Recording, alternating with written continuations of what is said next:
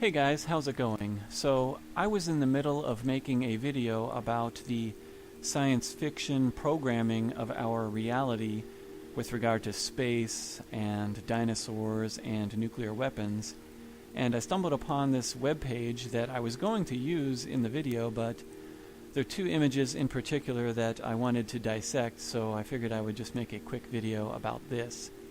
And the title of the page is The Timeline of Images of Earth Before 1969, and it is very interesting. When you scroll through, you can see they start in 1350 with this Genesis story picture, and then you have the 1400, guy with an arrow shoots the Earth, which is the elements. And then the 1542, which interestingly enough has the Earth in the center of the universe with the realms of water, air, and fire below the spheres of the moon, planets, and stars. So that one's kind of interesting as well. And then 1665, you have the Jesuit creation there, and the Jesuits get busy, I suppose. And then 1834, this one's also interesting. Geologist attempts the first representation of Earth as a cosmic object in space. Darn, that looks pretty good. It looks like the stuff that NASA uses, so they probably just took his 1834 image and turned that into the blue marble. And then in 1880, we have this image of the Earth. This is actually the Earthrise from the moon. And it's so interesting how they program this stuff in the 1880s, and then what do we get from NASA but the Earthrise from the moon when they act like they're actually doing it. They take the science fiction and they turn it into science, supposedly.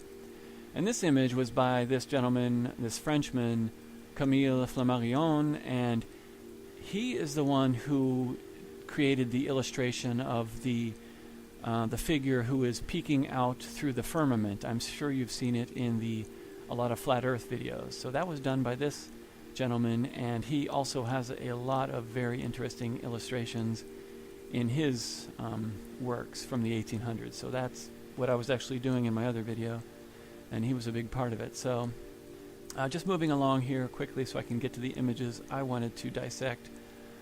1902, again, we have the Earthrise, so pathetic, the programming here. 1918, this Władysław, however you pronounce his name. And then we come to the 1946 V2 rocket shot, which this could actually be a legit photograph from a balloon or that V2 rocket they claim it was taken from. Either way, it doesn't really matter. Shows a flat horizon anyways. This 1956 National Geographic artist production here. Looks just like the blue marble. We'll skip that. So again, you can see the programming is so pathetic. The science fiction, the artists' renditions, they have everything that they just make up in the 1800s, and then it magically is reality in the 1900s. So the first image here, the 1960 first television picture from space, the Tyros 1 satellite, April 1st, 1960. Well, the problem is, I'll get to the problem in a second, but this satellite, designed to obtain cloud pictures, was rocketed into space aboard a Thor-able launch vehicle on April 1st, 1960 from Cape Canaveral, Florida. The satellite was basically a cylinder with 18 flattened sides to mount solar panel cells, or solar power cells. The satellite was approximately 42 inches in diameter, 22 inches high, including the projecting television camera lens, and had a launch weight of approximately 283 pounds, including fuel for small solid rockets to control the satellite's spin over time. Yes, folks, they could remotely control the spin of a satellite that is 400 miles in the vacuum of space. Wow, that's pretty pathetic. The point I wanted to make with this satellite is that it is only 400 miles up. The horizon at 400 miles is only 1,800 miles away. You wouldn't even be able to see Europe if you were over Florida. I mean, this picture is ridiculous. It is a fake. This is not a real picture. The Earth's edges, the edges of the spinning ball Earth, would not be visible at 400 miles up. The horizon's only 1,800 miles. If you were on the ball Earth, you would need to see 6,000 miles in each direction to see the edges of the ball Earth. They tell us the circumference, 25,000 miles in circumference. That means if you're looking at half of the ball Earth, you're looking at 12,000 miles. That means if you're always on top of the ball Earth. So all around you, in order to see the entire Earth, you would have to be able to see about 6,000 miles in each direction. And that means in order to be high enough to see that far, I actually did the calculations, and you would have to be about 4,000 miles into space. So in order to see the entire Earth, you need to be about 4,000 miles in space. So any picture, any image you see where they show you the bendy Earth and you see the whole Earth or half the Earth, it's fake. It wouldn't look much different than when you look out of an airplane and you see the horizon all around you. You would still see a horizon all around you until you get to 4,000 miles. Then you would actually see the edges of the ball. Until then, you're just seeing the edges that are still going down, but they're not to the limit of the, half of the circumference. If that makes any sense. I don't even know if that makes sense. But all I know is you can't see the edges of the ball unless you can see 6,000 miles in each direction. The description of this sucker here: the main sensors that provided the cloud pictures were television cameras. The Tyros cameras were slow-scan devices that take snapshots of the scene below. One snapshot was taken every 10 seconds. These were rugged, lightweight devices weighing only about 4.5 pounds, including the camera lens. The Tyros 1 was equipped with two cameras. One had a wide-angle lens providing views that were approximately 750 miles on a side, with the satellite looking straight down, and a narrow-angle camera with a view that was about 80 miles on a side. So when the satellite was within range of a ground station, the cameras could be commanded remotely to take a picture every 10 or 30 seconds. But each camera was also connected to a clock-controlled tape recorder to record images when the satellite was beyond the range of a ground station. So it was set up to automatically do this. Each recorder contained 400 feet of tape and could record up to 32 pictures for playback the next time the satellite was in range. This is just ridiculous. So this thing had 400 feet of tape. If you've ever messed with tape, what a pain. In the vacuum of space, operated via remote control 400 miles away, and we believe this stuff. So there were two data acquisition stations, command and data acquisition stations used for the Tyros or the Tyros 1. These were, I'm sorry if I'm talking quickly. I'm sure this is boring, so I want to get through it. These were located at the Army Signal Corps Laboratory in Belmore, New Jersey, and the Air Force facility at Kaena Point, Hawaii. A third station used for engineering and backup was located at the RCA plant, where the Tyros was built in Hightstown, New Jersey. So, now get this. When the satellite data was read out at either of the CDA stations, it was recorded on 35mm film for making prints and large projections.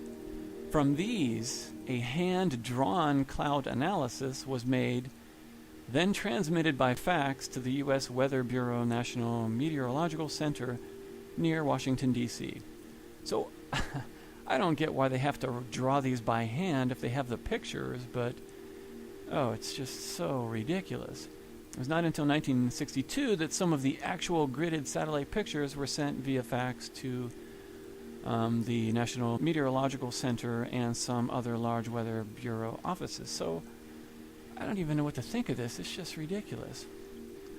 During the 77 days it operated, the satellite sent back 19,389 usable pictures that were used in weather operations.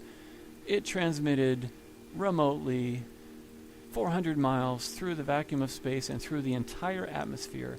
I mean, I can't even get my Wi-Fi to work when I go outside of my house, and these guys are transmitting data from tape cassettes to and from the Earth. 400 miles difference in low Earth orbit, and it's orbiting. It's not. This was not a geostationary satellite. This thing was actually orbiting. Beyond this satellite, we have the ATS-3. This one is also a pathetic joke because this satellite, operated by NASA from 1967 until 2001, they claim it was in geostationary orbit. 22,000 miles. Then, so this is in 1967, and we're supposed to believe that they magically sent a rocket flying through the vacuum of space until it reaches the magical limit of 22,000 miles, and then it stops in its tracks. And it stays there for 34 years, because even though they claim that it was operated only until 2001, supposedly it's still up there. You can actually track the satellite. It's just to the west of Central America. Here's the other very strange thing about this satellite, is they claim that it's not being used by NASA, but it is still being used by the Antarctic mission. The Palmer station in Antarctica currently uses this satellite from 1967. And you can see here, they say this satellite is now still being used for order wire voice, this is one of the services, public telephone, and point-to-point data transfer, remote hosts / internet access. What in the world are people thinking? This satellite was launched in 1967. The internet was not even...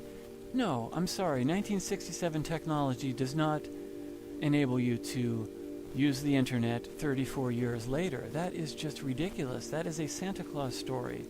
That is a pink unicorn on a rainbow story. They're claiming that they're using the internet on a satellite, from a satellite that was launched in 1967 and was decommissioned by NASA. They quit using it in 2001. Yeah, that is just insane. I don't even know what to say about that. It's just ridiculous. So, you can see right here, they say they get 2 hours minimum per day contact with this satellite. Link quality, port affair, variable due to the ionosphere. Let's look at the comments. Shared with South Pole and LMG, problems with multipath signals from the ocean, and the ionospheric disruptions to signal. Yeah, to the balloon, I guess. You're talking about the balloons you launch all the time. That is horrible. At the South Pole Station, approximately 13 hours a day of connectivity exists using 4 satellites. The ATS-3 is one, blah, blah, blah. Now, about this photo. They claim this photo of Earth was taken November 10th, 1967. And the camera used the spin of the satellite to scan the Earth. 2,400 revolutions of the satellite, spinning at about 2 revolutions per second, were needed to produce one complete image of Earth. So gravity is strong enough to keep it stationary. At 22,000 miles, our tractor beam of gravity can stop that satellite magically, but it can't stop it from spinning, apparently. So it'll stop it at 22,000 miles, but if you spin it, it'll spin forever. That's how the tractor beam works. It has an imaginary axis out there that it just spins around magically. It is just total magic. Wow. So, mounted aboard the spin-stabilized satellite from 1967, the camera scanned a small strip of the Earth with each rotation, and by tilting the camera slightly for the next rotation with the magic motor on board, an image of Earth could be created in about 20 minutes. So, there you have it, folks. 1967, they launch a satellite that magically gets caught in the Earth's tractor beam at 22,000 miles up in geostationary orbit. I mean, it's so ridiculous. By the time it even got to 22,000 miles, I mean, the Earth would be in a different location. How long would that thing even take to get there? I'm not sure, but I mean, it would have to be going semi-slow to slow down at 22,000 miles and stop. The Earth is spinning and moving on its orbit. I don't know how it just magically catches it in its tractor beam, but it is able to spin itself even in the tractor beam, and it's spin stabilized magically, and it has power for spin thrust, and it has power to send images 22,000 miles. It has power to communicate with the Earth 22,000 miles away and act as a giant Wi-Fi station for the Arctic missions in the South Pole. It's a telephone operator. It is, like I said, Wi-Fi. It's voice and data.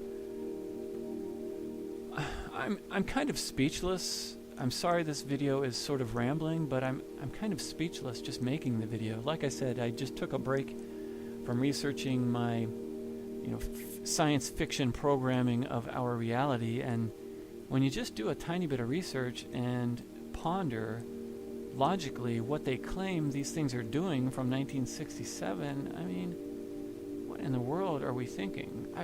I wish it was real. I wish it were real. I wish we could believe this stuff, but I cannot bring my brain to logically accept some of these stories, some of these claims made. It defies all logic and all reason to accept these phony baloney stories from magical pink unicorn on a rainbow land. I don't know what else to say about it, guys. Anyways, so that's it. Thank you so much for watching. Let me know what you think. Do you find this as ridiculous as I do? Am I missing something? It makes no sense to me. It just sounds like a fantastic child story. So, thanks so much for watching. Everyone have a great day. Adios.